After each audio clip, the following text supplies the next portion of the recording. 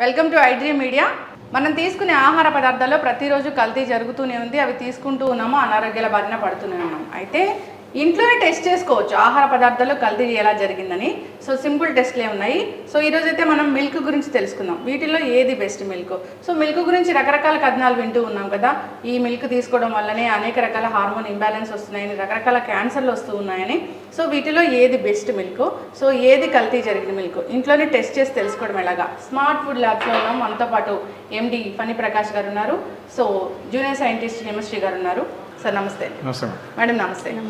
So ఈ రెండిట్లో అసలు ఏవి కల్తీ పాలు, ఏవి మంచి పాలు, అసలు ఏం కలుపుతారు దాంట్లో? చిక్కదనం కోసం కావచ్చు, లేదా పాల క్వాంటిటీ పెంచడం కోసం కావచ్చు, అవి మన ఆరోగ్యం మీద ఎలాంటి ప్రభావం చూపిస్తాయి? అంటే దీని పాల కన్నా ముందు నేను చిన్న ఒక పాయింట్ చెప్దాం అనుకుంటున్నాను. సోర్స్ ఎక్కడి నుంచి వస్తుంది మనకి అంటే యానిమల్కి ఫస్ట్ ఫీడ్ పెట్టాలి కదా. బలమైన ఫీడ్ పెడితేనే పాలు వస్తాయి. ఆ ఫీడ్లో ఫ్యాట్ అన్నీ కూడా ప్రాపర్గా ఉంటేనే బయట అవుట్పుట్ కూడా ఫ్యాట్ వస్తుంది, మంచి పాలు వస్తాయి. ఇప్పుడు ఏమవుతుందంటే దానికి పెట్టే దాంట్లో ఎండుగడ్డి పచ్చగడ్డి ఏం పెట్టినా అవన్నీ కూడా పెస్టిసైడ్స్ కంటామినేట్ అయి ఉంటాయి. అది తింటుంది. అది తిన్నప్పుడు దాని బాడీలోకి వెళ్తుంది. అట్ ది సేమ్ టైం దాన్ని హెల్తీగా ఉండడానికి ఒక అన్హెల్తీ కవ్వో కానీ బఫెలో ఉంది అంటే దానికి యాంటీబయాటిక్స్ వేస్తారు.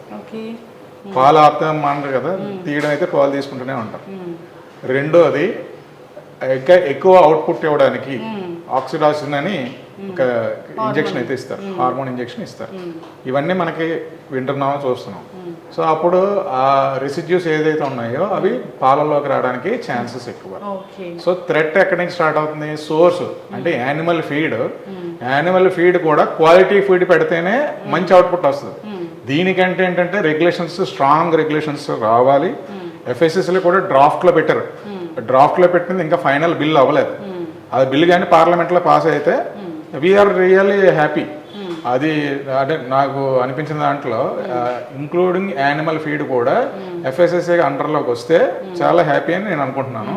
అట్ ది సేమ్ టైం ఇంకొక థ్రెట్ ఏంటంటే కొన్ని కంపెనీలు ఫీడ్లో ఫ్యాట్ గ్లోబుల్స్ ఇవన్నీ కూడా పెట్టి లైక్ మనం బిస్కెట్స్ ఎలా తింటామో అట్లాగే ఒక బిస్కెట్స్ లాగా చేసి దాన్ని యానిమల్ ఫీడ్గా వాడతారు. అది ఫార్ములేటెడ్, అంతలో ఫ్యాట్ ఉంటుంది. గేది ఒకసారి తిన్న తర్వాత అది బఫెల్లో కానీ ఆ కౌ కానీ ఇంటేక్ తీసుకున్న తర్వాత అవుట్పుట్ ఫ్యాట్ ఎంత రావాలో అంత క్యాల్కులేటెడ్గా ఫార్ములాస్ తయారవుతాయి. అంటే లోపల ఇప్పుడు బయట ఫ్యాట్ ఇచ్చాము, అది లోపల డైజెస్టివ్ నేచర్లో వెళ్ళి బయటకి ఎల్యూట్ అవ్వాలి. బట్ అది యాక్చువల్ ఫ్యాట్ ఏదైతే ఇచ్చామో అదే ట్రాన్స్ఫార్మ్ అయితే అది హెల్తీ ఫ్యాట్ కాదు కదా బయటకు వచ్చేది. అంటే సైంటిఫిక్గా కూడా మన ప్రాపర్ అప్రోచ్ ఉండాలి. At the same time source నుంచి కూడా ఏదైతే యానిమల్ ఫీడ్ ఉంటుందో అది కూడా టెక్నికల్గా క్వాలిఫైడ్ అయి ఉండాలి. ఇది ఉన్నప్పుడు దాని తర్వాత ఇప్పుడు అదొక థ్రెట్ మనకి. సో దాన్ని మనం ఎలా ఆపగలం అంటే అది government as well as private industries అంతా కూడా కలిపి ఒక రెగ్యులేషన్స్ మీద పనిచేయాల్సి వస్తుంది. సో అది combined activity. It the same time ఇప్పుడు ఫుడ్ మిల్క్ అడల్టరేషన్లోకి వచ్చామంటే మల్టిపుల్ అడల్టరేషన్ ఛాన్సెస్ ఉన్నాయి. సో ఫర్ ఎగ్జాంపుల్ అదే దాంట్లో యూరియా కూడా వేస్తుంది. ఇప్పుడు పంట పొలాల్లో యూరియా వేస్తారు. యూరియా దీంట్లో కూడా ఉంటుంది, బట్ దానికి లిమిట్ ఉంది. అంత దీని లిమిట్ దాటి ఉంటే యూరియా టెస్ట్ చేస్తాం. అట్ ది సేమ్ టైం దీన్ని అడల్టరేషన్లో ఉంది అంటే అది ఎలాగా సార్? అంటే ఇప్పుడు మీరు యానిమల్ ఫీడ్ ఉంది కదా, animal feed that's what I'm telling. అంటే యూరియా ఎక్కడి నుంచి వచ్చిందా అంటారు. ఇవన్నీ ఏంటంటే అది ఫీడ్ ద్వారా కానీ అది ఇంటేక్ తీసుకుంటే అది మళ్ళీ మిల్క్లోకి ట్రాన్స్ఫార్మ్ అవుతుంది. అదేమీ బయటదేమి ఉండదు కదా. ఇప్పుడు బాడీలో దానికి కూడా రెసిడ్యూస్లో వండుకోకూడదు కదా, అది మిల్క్లోకి వస్తుంది. ఆ మిల్క్ మనం తాగుతున్నాం. సో ఇది ఒక ప్రాబ్లము. లేదా మనకి ఇంటికి వచ్చే లోపలనే for example water కలిపేయడం.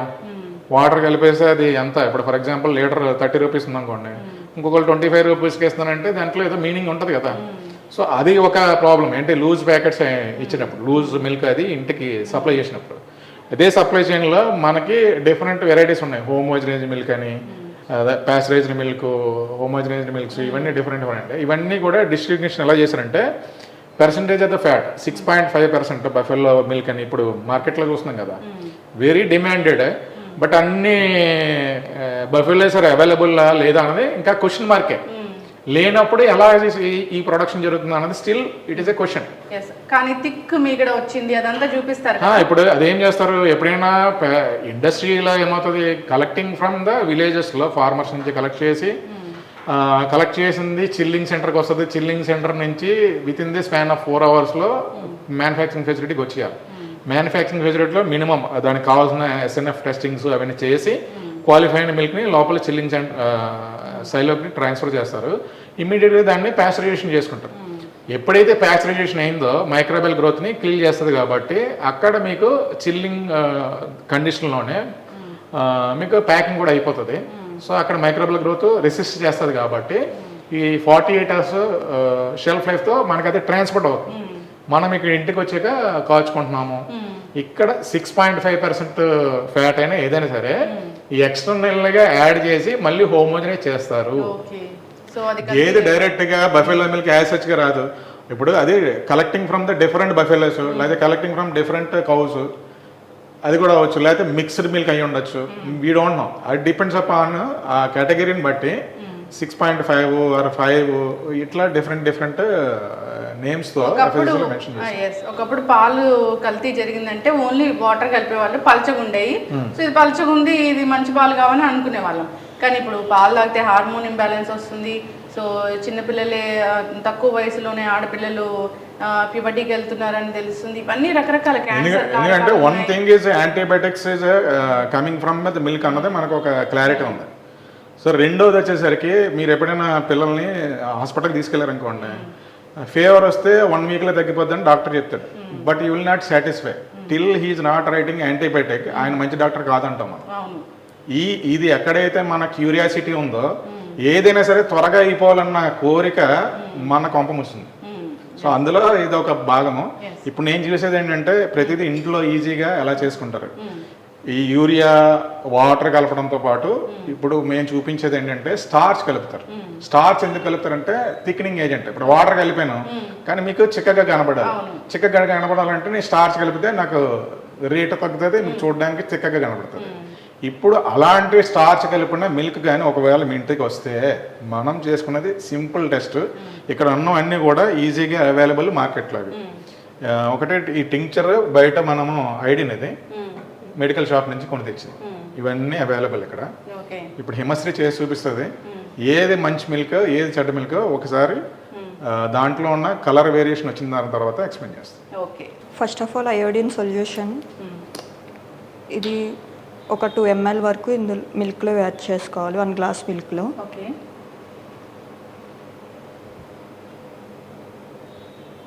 Next also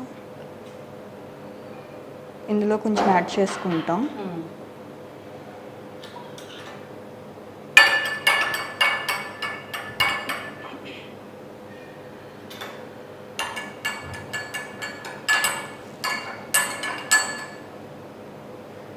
ఇది కలర్ చేంజ్ అవ్వలం అంటే మనకు అయోడిన్ సొల్యూషన్లా కనిపిస్తుంది. అయోడిన్ సొల్యూషన్ ఒకటే ఉంది, బట్ ఇది చూస్తే కలర్ చేంజ్ అయింది. సో ఇందులో స్టార్చ్ ఉంది కాబట్టి అది బ్లూ కలర్ వచ్చింది. నార్మల్ మిల్క్ అయితే నార్మల్ మిల్క్ అందులో రాదు. అందులో స్టార్చ్ లేనట్టు ఇందులో స్టార్చ్ ఉన్నట్టు ఇది ఇండికేషన్. ఇలాంటి స్టార్చ్లు కలిపి అసలు ఎవరికి ఎలాంటి మెసేజ్ ఇద్దామని అర్థం కావట్లేదు సార్. నిజంగా థిక్ మిల్క్ కోసం ఇంత చేస్తున్నారు. ఎన్ని రకాల అనారోగ్య సమస్యలు వస్తూ ఉన్నాయో. సో ఈ కలర్ చూస్తే నిజంగా భయంకరంగా ఉంది. ఇంకా వైట్ వేరియేషన్ వచ్చేసింది కదా. ఎస్, ఇంట్లోనే సింపుల్ టెస్ట్ ద్వారా తెలుసుకోవచ్చు. సో బయట దొరికే మిల్క్ కన్నా ఈ ప్యాకెట్ మిల్కే మంచివేమో అనిపిస్తుంది ఇప్పుడు ఇది చూస్తే. అంటే అక్కడ అట్లీస్ట్ ఒక సిస్టమ్ ఉంటుంది. సిస్టంలో ఏంటంటే ప్యాకేజ్డ్ ఫుడ్కి ఏమవుతుందంటే ఎక్కడ అడల్ట్రేషన్ ఛాన్సెస్ సప్లై చైన్ మేనేజ్మెంట్లో ఉండడానికి ఛాన్సెస్ ఉండదు. అట్లీస్ట్ మంచి కంపెనీస్లో ఏంటంటే ISO 22000 అంటే food safety manage system practices ఇవన్నీ కూడా బ్యాక్వర్డ్ ఇంటిగ్రేషన్తో సహా వాళ్ళు ఫాలో అవుతుంటారు. సో ఇది కంటిన్యూస్ అప్రోచ్. అంటే బ్రాండ్ వాల్యూ ఎవరు కూడా పోగొట్టుకోవారు. సో ఆ బ్రాండ్ వాల్యూ నిలబెట్టుకోవడానికి they wanted to give a quality product. Even though రూపాయి కావాలంటే పెంచుతారు తప్ప తగ్గించుకోరు. సో లాస్ అవుతున్నారు అనుకోండి ఫర్ ఎగ్జాంపుల్. నిజంగానే వాళ్ళకి మీరు కంటిన్యూస్గా ఈ మధ్య చూస్తే ప్రతి మిల్క్ 1 రూపీ చొప్పున పెరుగుతూనే వస్తున్నాయి. But public also not fighting with him. ఎందుకంటే అది ఆ బ్రాండ్ ఆ క్వాలిటీ ఇస్తుందని కాన్ఫిడెన్స్ ఉంది కాబట్టి you're paying for that. But ఎక్కడైతే మీకు లూజ్ ప్యాకెట్స్ కానీ ఈ థ్రెట్ ఎవరికి ఉంటుందంటే హోటల్స్కి వేసేటప్పుడు అక్కడ పాల ప్యాకెట్లు కొంటాడా లేదా ఎక్కడి నుంచి తెచ్చుకుంటారా అన్నది డౌట్. ఇప్పుడు టీ స్టాల్స్లో ఎలాంటివి వస్తుందో డౌట్. సో ఇక్కడ అక్కడ ఇచ్చే కేటగిరీ ఆఫ్ ద మ్యానుఫ్యాక్చరింగ్ యూనిట్స్లో కూడా అడల్టరేషన్ చేసే కంపెనీలు కొన్ని ఉంటాయి, కొన్ని ఉండవు. సో ఇక్కడ ప్యాకెట్లు అమ్ముతారు, దాని మీద పేరు ఊరు ఉండదు. మరి అవన్నీ కూడా థ్రెట్టే కదా. అంటే they don't want to tell about they name to the public. So ఇవన్నీ కూడా అందరూ చెడ్డవాళ్ళని మనము ఇందులో కొంతమంది చేయడం వల్ల ఆ సమూహంలో మనం కూడా ఒక భాగస్థలమే కాబట్టి డెఫినెట్గా పబ్లిక్ హెల్త్ మీద ఇంపాక్ట్ చూపించినప్పుడు మనం రియాక్ట్ అవ్వాల్సిందే. ఖచ్చితంగా సార్. సో ఇలాంటి స్టార్చ్ కలిపారు, ఈ పాలు మనం రోజు తీసుకుంటున్నాము, ఎలాంటి అనారోగ్య సమస్యలు వస్తాయి? స్టార్చ్ ఉందనుకోండి, ఫర్ ఎగ్జాంపుల్ స్టార్చ్ కలిపాడు, మోర్ స్టార్చ్ మనకేంటంటే డైజెస్టబుల్ కెపాసిటీ ఉంటుంది కాబట్టి డైజెస్ట్ అయిపోద్ది కాబట్టి మీకు ఇంపాక్ట్ తెలియదు. బట్ యూఆర్ పేయింగ్ మోర్ అంటే సబ్ స్టాండర్డ్, అంటే క్వాలిటీ ఒక 3% ఫ్యాట్ ఏదో ఉండాలి మేడం. స్టార్చ్ కలిపి తిక్కగా వచ్చేసింది, బట్ అందులో ఉన్నది 1% ఫ్యాటే ఉంది. But you're losing your amount. నేను మిమ్మల్ని చీట్ చేస్తున్నాను ఇలా చేయడం వల్ల. సో స్టార్చ్ ఇంటేక్ తీసుకుంటారు, బట్ ఇట్స్ నాట్. అప్పుడు మీకు ఏమవుతుందంటే మామూలుగా ఏంటంటే ఆ మిల్క్ తాగితే మీకు ఆకలేస్తుంది త్వరగా, ఇది తాగితే ఇంక మీకు ఆకలేదు. అదే డిఫరెన్షియేషన్. ఓకే, అంతే కదా సార్. ఆ స్టార్చ్ ఎక్కడి నుంచి వస్తుంది, ఎలాంటి కాంపౌండ్స్ అనేవి ఉంటాయి దాంట్లో అనేది కూడా మన హెల్త్ మీద. ఆ స్టార్చ్ మంచి క్వాలిటీ కాకపోతే బ్లోటింగ్ ఇష్యూస్ వస్తాయి. అవును. పాలు తాగేమో మనకి ఎందుకు ఆకలేయట్లేదు, పాలు తాగేమో మనకి బలం రావట్లేదు, ఇలాంటి వింటూ ఉంటే సో ఇట్లాంటి సబ్ స్టాండర్డ్ చేసి అడల్టర్ చేసినప్పుడు ఇట్స్ ఎ బిగ్ క్రైమ్. ఖచ్చితంగా సార్. ఇలాంటివి జరగకుండా ఉండాలని కోరుకున్నాం. సో నిజంగానే పాలు ఎక్కడి నుంచైనా తీసుకున్నప్పుడు ఒక 2-3 రోజులకు ఒకసారి ఇలాంటి టెస్ట్ ఇంట్లోనే చేసుకోవచ్చు కాబట్టి టెస్ట్ చేసి దాన్ని కంటిన్యూ చేయాలా లేదా అని ఆలోచించాలని కోరుకున్నాం. చాలా చక్కటి ఇన్ఫర్మేషన్ అండి, ధన్యవాదాలు. Thank you.